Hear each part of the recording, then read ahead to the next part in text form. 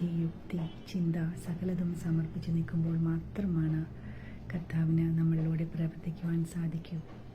ഇന്നുവരെ എൻ്റെ ജീവിതത്തിൽ അങ്ങനെയാണ് സംഭവിച്ചിരിക്കുന്നത്.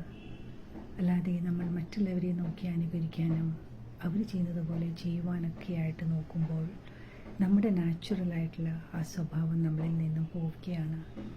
കർത്താവിന് നമ്മളെ കർത്താവിൻ്റെ രീതിയിൽ വളർത്തുവാനാണ് സാധിക്കുന്നത്. പക്ഷേ നമ്മൾ ലോകത്തിലേക്ക് നോക്കി എന്തെങ്കിലും ചെയ്യുവാൻ ശ്രമിക്കുവാണെങ്കിൽ നമ്മൾക്ക് തന്നെ നമ്മളെ നഷ്ടപ്പെടുകയാണ് ചെയ്യുന്നത്. അവിടെ കഷ്ടപ്പാടും പ്രയാസങ്ങളൊക്കെ നമ്മൾ അനുഭവിക്കും.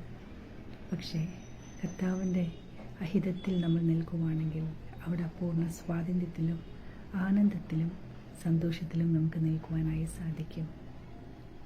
കാര്യം നമ്മളെ നീതിയാക്കി നിർത്തിയിരിക്കുകയാണ്. ആ നീതീകരണത്തിൽ സകലതുമുണ്ട്. Stay blessed.